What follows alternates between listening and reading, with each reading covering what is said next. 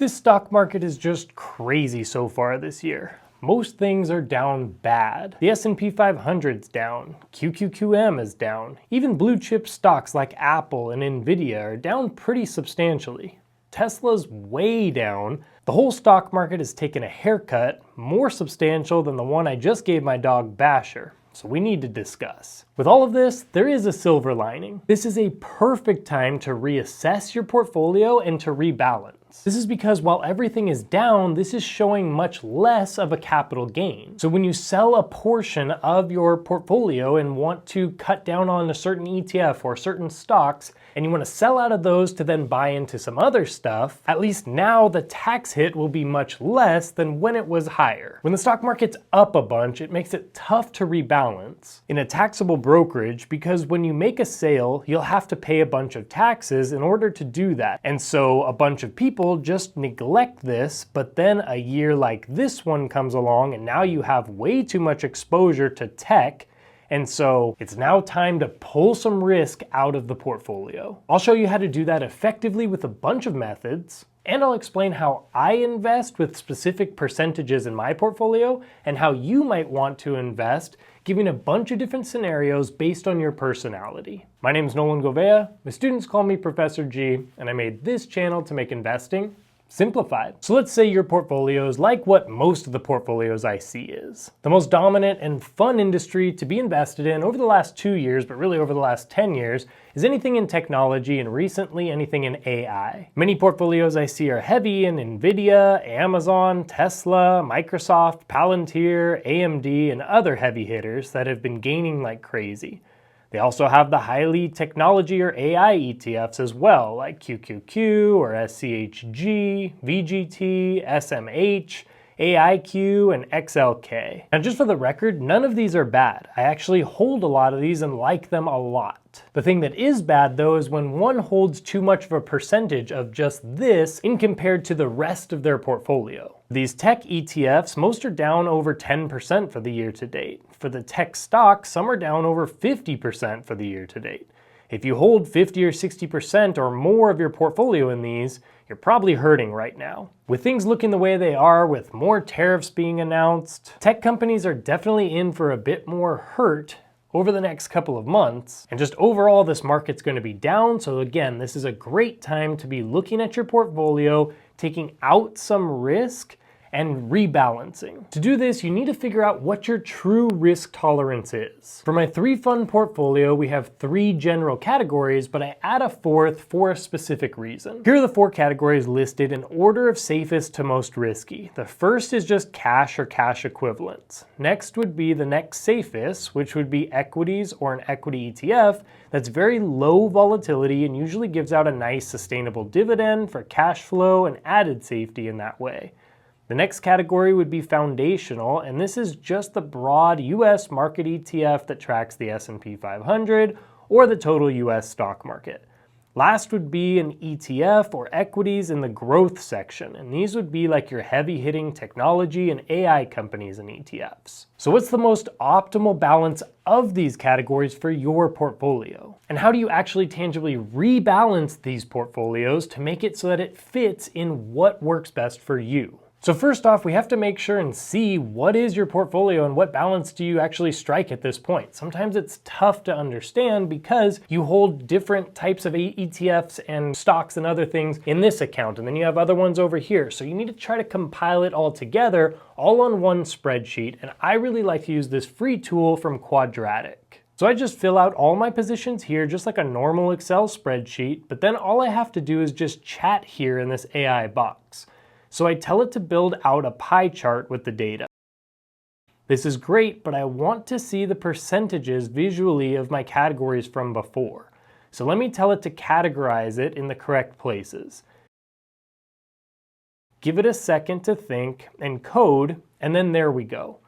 Looking at this chart, it's very easy to see I'm overweight in growth. Also, let's get this null out of here and call it the right thing as cash. Okay. So now I see it's out of balance. Most of you probably know that you are out of balance or you have too much in a specific category, but a very tough thing to do is to figure out what math do I need to do in order to bring it back into balance. So let's say we want to increase cash to 10%, then dividend to like 25%, then foundational to 35%. I just tell the AI chat that I want to do that and ask how much growth do I need to get rid of in order to hit my target percentages for each of the categories. So I ask it that question, let it think for a second, and you won't believe this. So it starts by showing me the raw data. So I have those numbers there off to the right there. Then it builds out a graph showing both the current allocations and then the target allocations. Super easy to read and great visually, so we can see that if we went with the red, everything would be much more in line. And then even more than all that, it gives you the actual numbers for you to go and reduce growth by right here in the AI chat. Reduce growth by $64,965, increase cash by $7,996, increase dividends by $22,889, increase foundational by $34,080. So it gave it to you in 3 different ways, making it so easy to just go do. So to help visualize my portfolio, but also to help in a lot of other different ways, I love to use Quadratic. They happen to be the sponsor of this video, and this tool is just an amazing everyday go-to for me. Quadratic requires no setup and works across your team right out the box. It runs right inside the browser, so financial analysts, portfolio managers, and clients can easily collaborate in real time to ensure everyone has immediate access to the same up-to-date figures. I like to use this with my clients when I work with them one-on-one. You can connect directly to third-party APIs and databases to import real-time market data. By pulling in data from multiple sources, Quadratic empowers financial professionals to create dynamic dashboards, automate portfolio updates, and surface deeper market insights, all within one secure AI-enhanced spreadsheet. It's also SOC2 and HIPAA compliant, so you can have confidence when working with sensitive data. Now with the Pro package, you get 10 to 20 times higher AI limits, shared team workspace with unlimited sharing, and also priority support. Use code ProfessorG and click the link down in my description for a free month of Pro usage right now.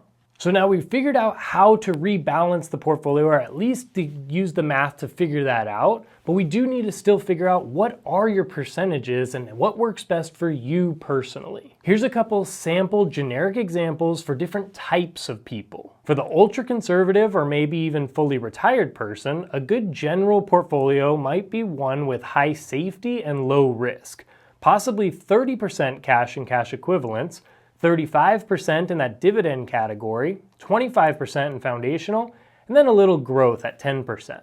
For someone who wants a balanced approach, maybe 10 years from retirement, has a stable job so they can afford a bit of risk but don't want to be too overly risky, they could go 10% cash and cash equivalents, 25% dividends, 40% foundational, and 25% growth.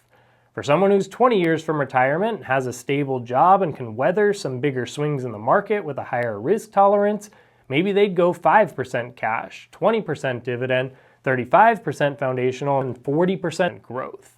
I'd be very careful to not go too much further than 40% or so in growth, because that's going to give you some massive swings in the market. If you have a very high risk tolerance and you're okay to YOLO it in, maybe that'd be okay for you, but for me, I try to keep mine to 30% or so as far as growth is concerned. Now, the ways to actually go in and rebalance this would be, number one, you just go in and actually sell off the portion that's too high and take that and put it into the portion that's too low. And now we've rebalanced it. That works really well because it's all done in one fell swoop, but the issue is that you will have to pay the taxes on the capital gains if you're in a taxable brokerage. So if you don't want to pay taxes, then you would do this second option. And the second option is to just add money to the ones that are down. So if we have one that's at 20% and one that's at 50%, and we want this one to come up to 30 and this to come down to 40, we would just add money only to this fund here until it brings it back into alignment. That would obviously take a little bit more time. It would take a year, maybe 2 years of only adding to the types of funds that are down.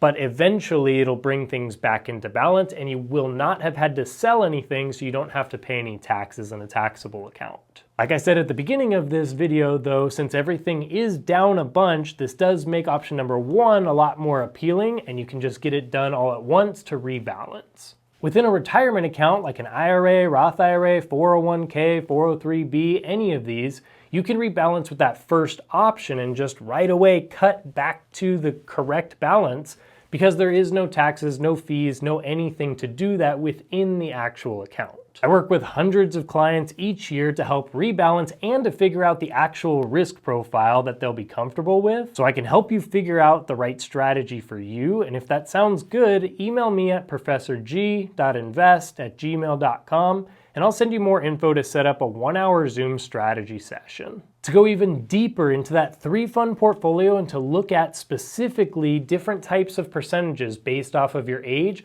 I go much deep and much more in depth in this video here. Or watch this video here to keep you going strong in investing, and remember to keep investing simplified.